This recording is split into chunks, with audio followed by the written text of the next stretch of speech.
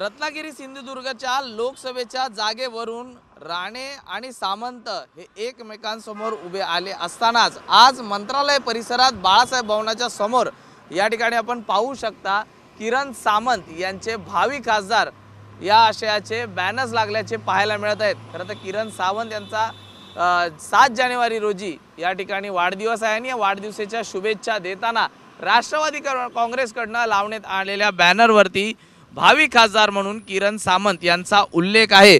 एकीकडे सामंत ही लोकसभा जागा निवडण्यासाठी इच्छुक आहेत, तर काल आपण पाहिलं तर स्वतः केंद्रीय मंत्री नारायण राणे यांनी देखील या जागेवरती दावा केलेला आहे। त्यामुळे कुठेतरी रत्नागिरी सिंधुदुर्गच्या जागेवरून युतीमध्ये खडाजंगी पाहायला मिळण्याची शक्यता नाकारता येणार नाही। कॅमेरा पर्सन रोहित शिगवानसह मी सूरज सावंत, साम टीव्ही न्यूज, मुंबई। देश विदेशातील प्रत्येक घडामोडींचे लाईव्ह अपडेट मिळवण्यासाठी आता साम टीव्हीच्या सर्व सोशल मीडिया प्लॅटफॉर्मला लाईक, फॉलो आणि सबस्क्राईब करा। तसंच सर्व नोटिफिकेशनसाठी बेल आयकॉन प्रेस करायला विसरू नका।